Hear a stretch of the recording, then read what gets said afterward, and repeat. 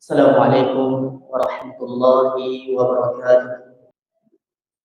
Innal hamdalillah nahmaduhu wa nasta'inuhu wa nastaghfiruh wa na'udzu billahi min shururi anfusina wa min sayyiati a'malina. Man yahdihillahu fala mudilla lahu wa man yudlilhu fala hadiya lahu. Asyhadu an la ilaha illallah wa asyhadu anna Muhammadan 'abduhu wa rasuluh la nabiyya wa la rasula ba'dah. Ayuhan nas, usi nafsi wa iyyakum bittaqwallah faqad faza al-muttaqun. Haitsu qala ta'ala a'udzu billahi minasy syaithanir rajim. Ya ayyuhalladzina amanu taqullaha haqqa tuqatih wa la tamutunna illa wa antum muslimun. Wa qala Rasulullah sallallahu alaihi wasallam, taraktu fikum amrayn lan tadhillu ma tamassaktum bihima, kitab Allah wa sunnata nabiyhi sallallahu alaihi wasallam. Amma ba'du, jemaah sidang salat Jumat yang dimuliakan Allah Subhanahu wa taala. Ada 4 ciri, 4 sifat orang yang benar-benar beriman kepada Allah Subhanahu wa taala. Allah sampaikan dalam surah Al-Anfal ayat yang kedua, ketiga, dan keempat. Dipegang oleh Allah, innamal mu'minuna alladzina idza dzukirallahu wajilat qulubuhum. Sifat ataupun ciri yang pertama adalah apabila disebut nama Allah Subhanahu wa taala bergetar hati mereka. Yang kedua, wa idza tuliyat alaihim ayatuhu zadatuhum imanan. Apabila dibacakan kepada mereka ayat-ayat Allah, firman-firman Allah, dibacakan kepada mereka Al-Quran, bertambah keimanan mereka. Yang ketiga, wa ala rabbihim yatawakkalun. Dan kepada Allah mereka bertawakal. Di ayat yang keempatnya, yang ketiganya Allah Subhanahu wa taala mengatakan, alladzina yuqimuna shalah. Ciri yang keempatlah mereka senantiasa mendirikan salat. Wa mimma razaqnahum yunfiqun. Dan mereka senantiasa menginfakkan harta yang dititipkan oleh Allah Subhanahu wa taala. 4 ciri tersebut Allah sebutkan dalam ayat yang keempat, ulaika humul mu'minuna haqqan. Merekalah orang-orang yang benar-benar beriman. Lahum darajatun 'inda rabbihim wa maghfiratun wa rizqun karim. Maka di sisi Allah mereka mendapatkan derajat dan Allah memberikan nikmat yang mulia atas mereka. Jemaah dimuliakan Allah.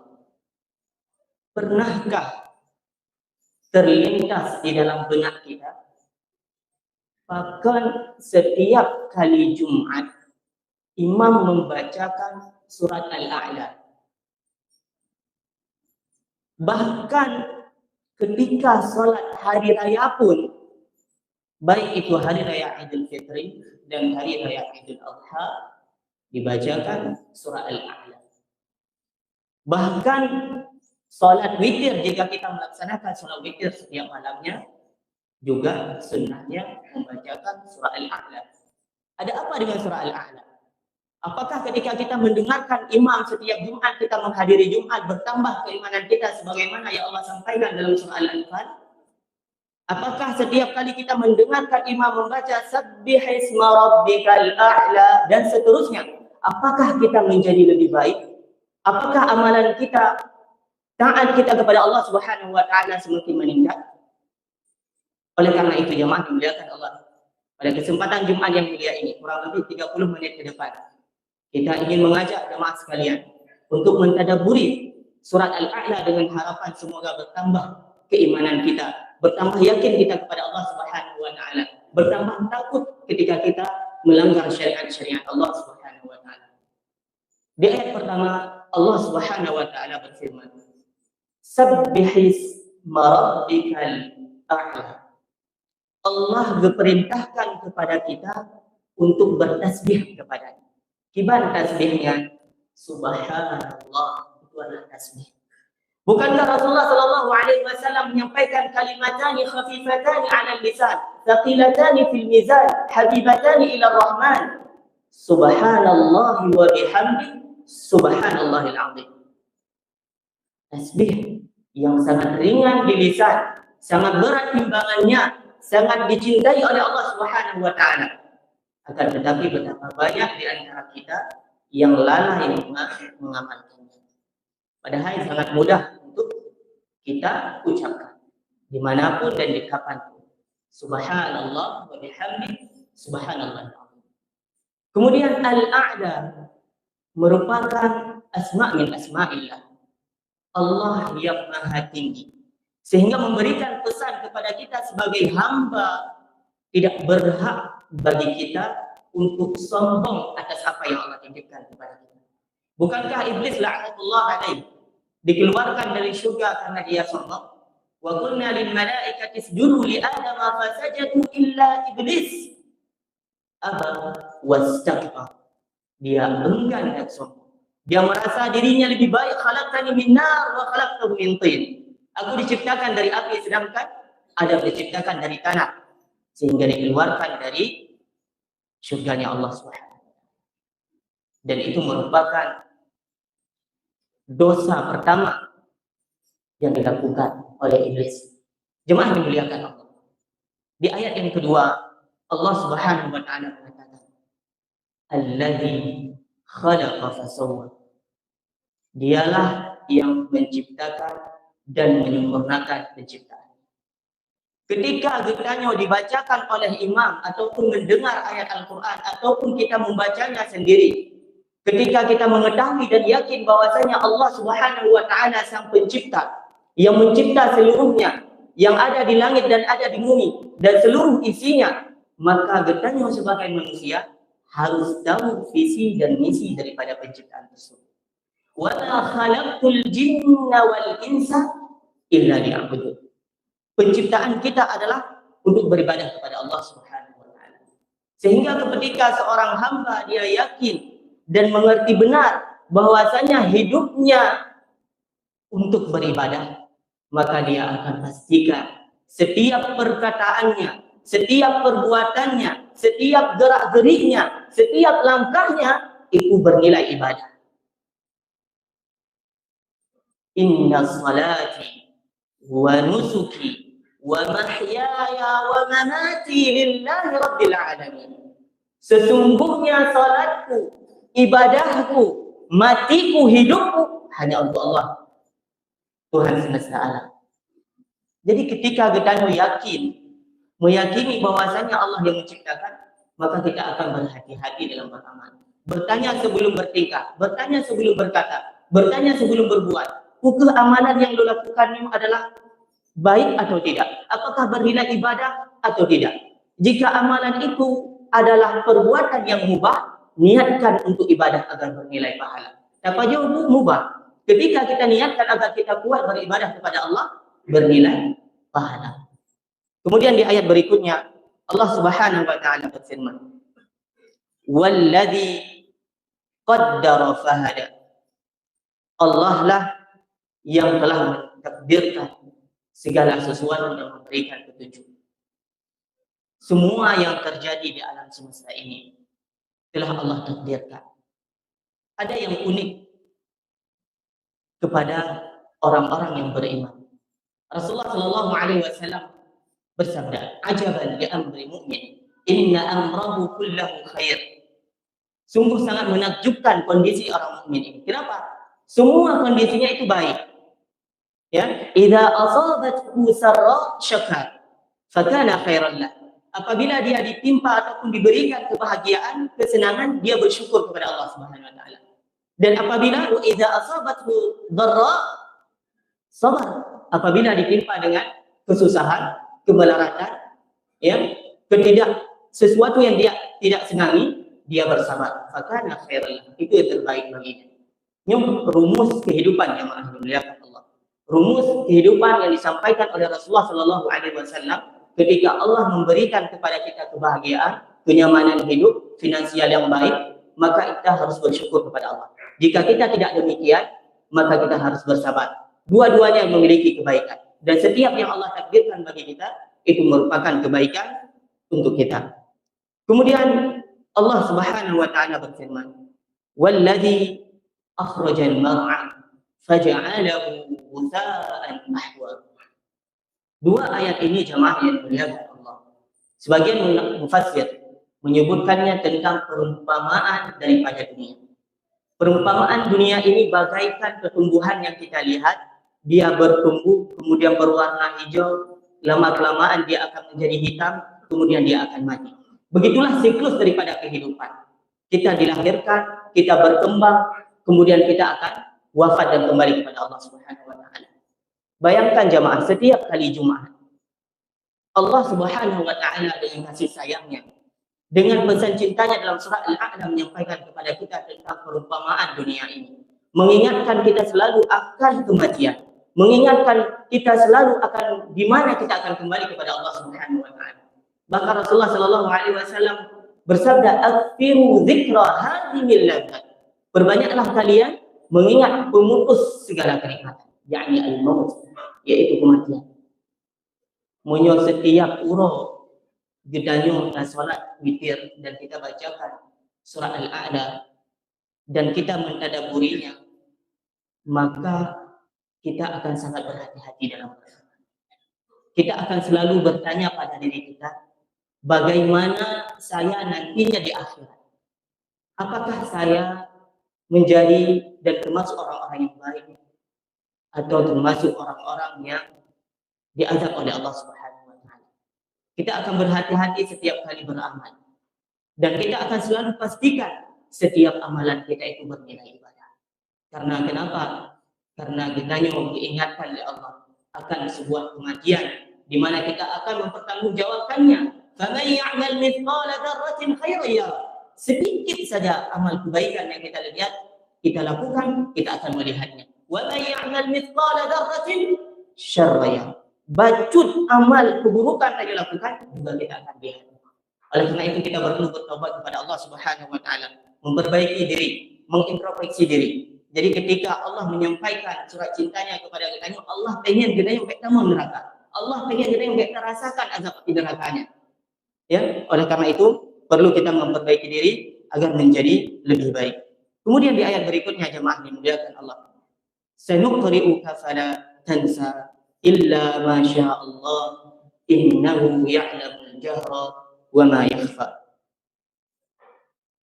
Sanuqri'uka fala tansa, ini merupakan kegembiraan yang Allah berikan kepada Rasulullah sallallahu alaihi wasallam. Setiap syariat yang Allah wajibkan, Rasulullah sallallahu alaihi wasallam tidak pernah melupakannya. Jadi hanya istilah ketika kita beramal, kita urun pakan kuburnya, tak jauh Rasulullah tua makanya lembubutnya. Padahal Rasulullah tidak melaksanakannya. Makanya kemudian Rasulullah, "Man 'amila 'amalan laisa 'alaihi amruna fa huwa raddun." Barang siapa yang berbuat amal, suatu amalan dan tidak ada petunjuknya dari kami, ya, maka itu tertolak. Jadi hanya alasan ketika kita yang beramal tidak sesuai dengan tuntunan Rasulullah, hanya dah pegang Rasulullah tua gitu kan. Karena itu tidak mungkin dan mustahil. Kemudian di ayat berikutnya jemaah dimuliakan Allah, "Innahu ya'lamul jahra wa ma yakhfa." Sesungguhnya Allah Subhanahu wa taala mengetahui apa yang kita lakukan secara terang-terangan dan apa yang kita lakukan secara sembunyi-sembunyi. Bayangkan jemaah, ketika keimanan ketauhidan kita akan sifat Allah ini ya'lam, Allah Maha mengetahui baik yang kita lakukan secara terang-terangan maupun yang kita lakukan secara sembunyi-sembunyi, maka kita akan sangat berhati-hati dalam setiap beramal. Baik itu ketika dilihat orang maupun ketika tidak dilihat orang. Al-Alim, Allah yang Maha mengetahui. Ketika keimanan ketauhidan kita tanamkan dalam jiwa kita, bahwasanya Allah Subhanahu wa taala Al-Alim yang Maha mengetahui, maka kita hanya terpijak untuk melakukan suatu perkara yang melanggar syariat. Kenapa? Karena Allah mengetahuinya. Bahkan ketika suatu amanah dititipkan kepada kita, tidak ada satu orang pun yang melihatnya. Ketika kita hendak melakukan kecurangan, dan kita ingat akan Allah yang Al-Alim, yang Maha melihat, yang Maha mengetahui, maka kita tidak berani untuk melakukannya. Kemudian di ayat berikutnya Allah Subhanahu wa taala sampaikan, "Wa yassiruka lil yusra." Kegembiraan Allah berikan kepada Rasulullah sallallahu alaihi wasallam. Semua syariat ya Allah turunkan itu tidak ada yang susah. Semuanya mudah untuk kita lakukan. La yukallifullahu nafsan illa wus'aha. Allah tidak membebani kecuali sesuai dengan kemampuannya. Yuridullahu bikumul yusra wa la yuridu bikumul 'usra. Allah menginginkan kemudahan, tidak menginginkan kesusahan. Jadi syariatnya yang Allah perintahkan itu tidak ada yang susah. Hingga kadang kita tidak mau untuk melaksanakannya. Oleh karena itu jemaah dimuliakan Allah, setiap petunjuk yang Allah berikan, setiap petunjuk yang Rasulullah sampaikan, hendaknya kita mengikutinya. La yu'minu ahadukum hatta yakuna hawahu taba'an lima ji'tu bih. Kepegang dari Rasulullah tidak sempurna iman kita sampai menjadikan nafsu kita ini sesuai dengan petunjuk Rasulullah SAW. Ketika tajak berjalan, takalan anumid, ya, kita malu untuk menyebarkan salam. Bahkan belum lebih Tuhan. Nafsu kita tidak mau menyebarkan salam karena lebih Tuhan. Padahal ketika kita berjalan, hendaknya kita memberikan salam kepada yang duduk. Dan itu merupakan sunnah daripada sunnahnya Rasulullah SAW. Dan masih banyak contoh yang lainnya yang membuat kita malu. Kita mengutamakan, mengedepankan hawa nafsu kita, padahal itu menyalahi sunnahnya Rasulullah SAW. Kemudian Allah Subhanahu wa taala berfirman, "Fadzakir in nafa'ati dzikra." Allah diperintahkan kepada kita untuk saling menasihati, saling memberikan peringatan. Saling menasihati merupakan sebuah amalan yang sangat dicintai oleh Allah Subhanahu wa taala. Tidak ada manusia yang luput daripada kesalahan. Dipegang oleh Allah Subhanahu wa taala dalam surah Al-'Asr, "Wal 'asr innal insana lafi khusr." Mandum manusianya dalam keadaan rugi. Siapa mereka yang tidak rugi? Allah sampaikan, "Illal ladzina amanu wa 'amilus shalihat wa tawassaw bil haqq wa tawassaw bis sabr." Urung yang hana ruga, urung beriman, beramal soleh, saling menasihati dalam kebenaran dan saling menasihati dalam kesabaran. Jadi ketika kita memiliki sebuah ilmu, maka sampaikan kepada yang lain. Kewajiban berdakwah, kewajiban menegur, bukanlah kewajiban ustaz semata, bukan kewajiban ulama semata. Ketika terkadang kita salah, ketika terkadang saudara-saudara kita salah, kita tegur dengan teguran yang baik. Tidak ada yang luput daripada kesalahan untuk menjadi hamba yang lebih baik nantinya. Kemudian Allah Subhanahu wa taala menyampaikan, "Sayadzakkaru may yakhsha." Siapa mereka yang mengambil manfaat daripada nasihat tersebut, yang mengambil nasihat daripada peringatan tersebut? Dipegang oleh Allah, mereka adalah orang-orang yang senantiasa takut kepada Allah. Ya kepada Allah. Orang yang ya kepada Allah, ketika disampaikan nasihat, maka dia akan menerima nasihat tersebut. Dia akan menerima nasihat tersebut dan menjadi lebih baik. Kenapa? Karena dia takut kepada Allah Subhanahu wa taala. Fa man khafa maqama rabbih wa nahaa an-nafsa 'anil hawa fa innal jannata hiyal ma'wa. Orang-orang yang dia ke Allah dan dia senantiasa menahan hawa nafsunya, fa innal jannata hiyal ma'wa, maka syurga yang Allah balas baginya. Akan tetapi bagaimana kondisi orang-orang yang tidak mau menerima? Ketika disampaikan ayat-ayat Allah, ketika disampaikan nasihat-nasihat, dia tidak mau terima. Dia abai, dia tidak mau menerimanya.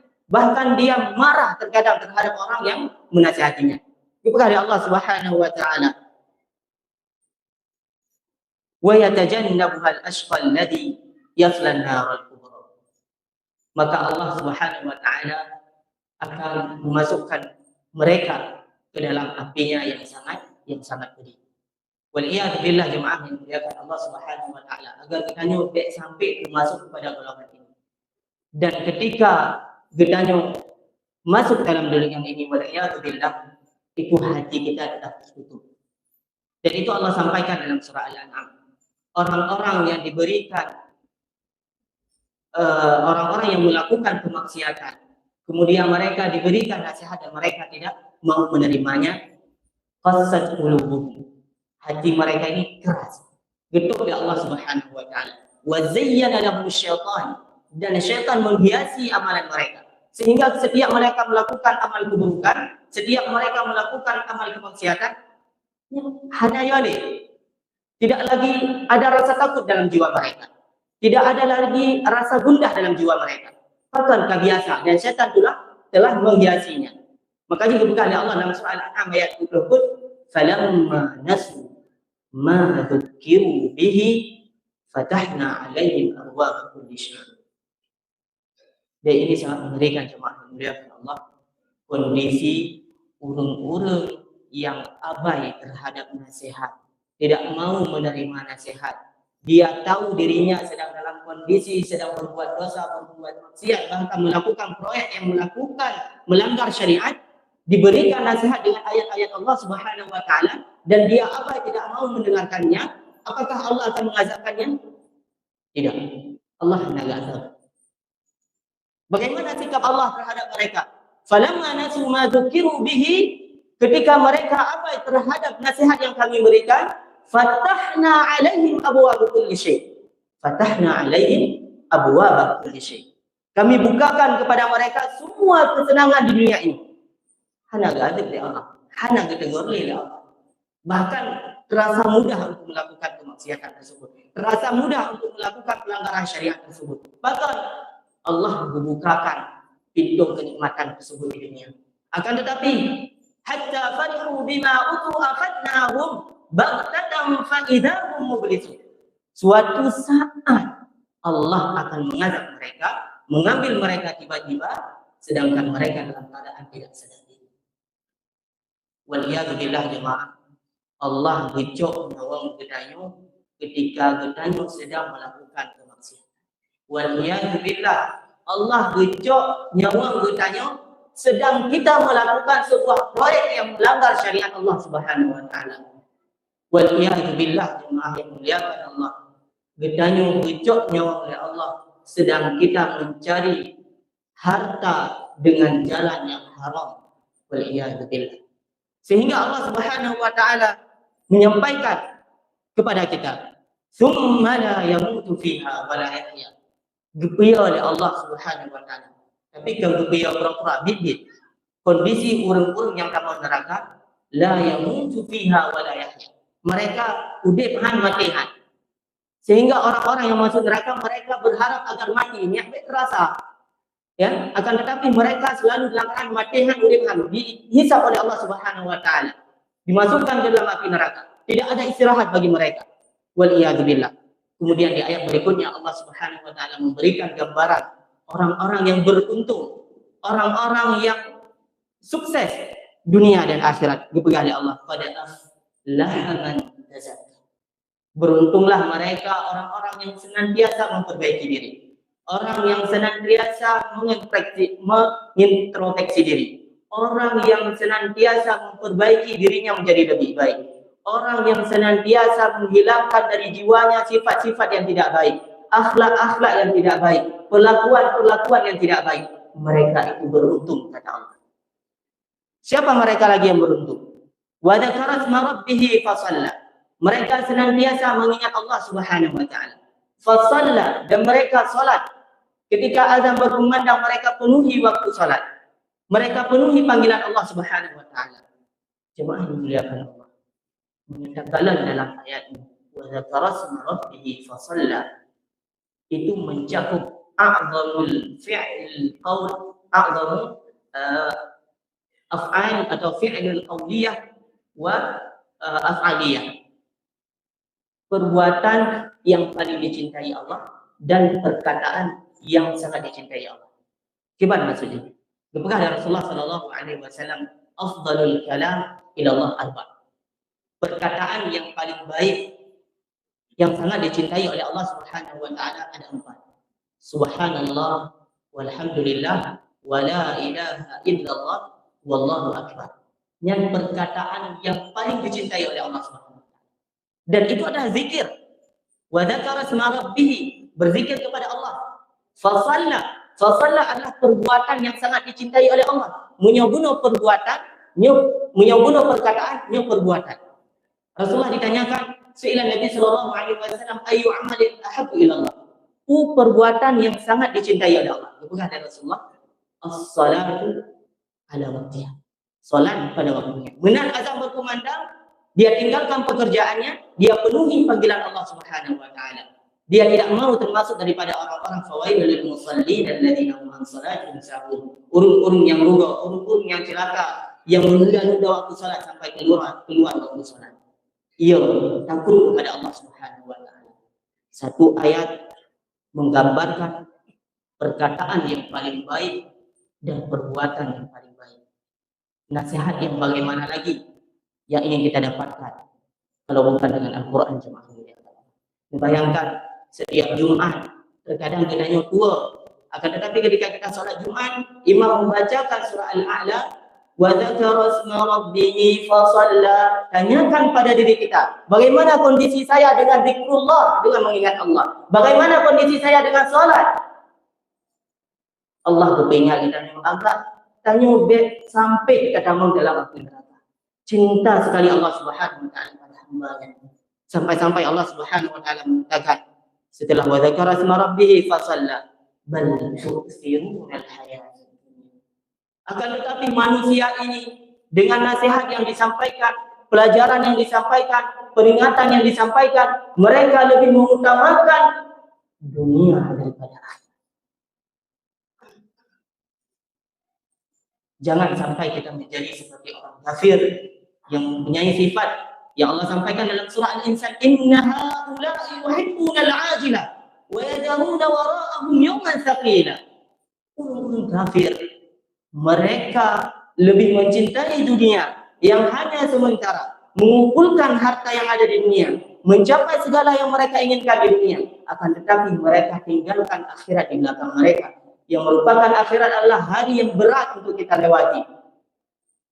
Bukankah Allah telah mengingatkan kita di awal surah Al-A'la bahwasanya kita yang udip untuk beribadah kepada Allah. Jadikan prioritas kita akhirat, maka dunia akan mengikutinya. Maka jika dikatakan Allah di ayat berikutnya, wal akhiratu khairu wa abqa. Sesungguhnya akhirat itu khair, lebih baik, wa abqa, dan lebih kekal. Meminyo lagi nasihat Al-Quran, firman Allah, Rabbunya manusia, Tuhannya manusia, kita tidak dengarkan nasihatnya, apalagi perkataan manusia. Menyokan dengan Al-Quran kita yang berubah, mau dengan cara apa lagi? Perkataan Lut judullah, tetapi perkataan Allah jangan sekali-kali kita menolak. Cinta Allah terhadap hambanya diingatkan minimal setiap kali Jumat, wal akhiratu khairu wa abqa. Akhirat lebih baik, lebih kekal. Persiapkan amalan sebaik-baiknya untuk menuju akhirat. Sebaik-baik bekal, khairaz zadi taqwa. Sebaik-baik bekal adalah ketakwaan kita kepada Allah Subhanahu wa taala. Di ayat yang terakhir Allah mengatakan, inna hadza la fi suhufil ula, suhufi Ibrahim wa Musa. Nasihat, pelajaran yang disampaikan oleh Allah Subhanahu wa taala ini juga telah termaktub ataupun telah tercantumkan dalam suhuf sebelumnya, seperti suhufnya Nabi Ibrahim dan Nabi Musa. Karena mencakup nasihat ini mencakup kebaikan dunia dan juga kebaikan akhirat. Semoga ada manfaatnya.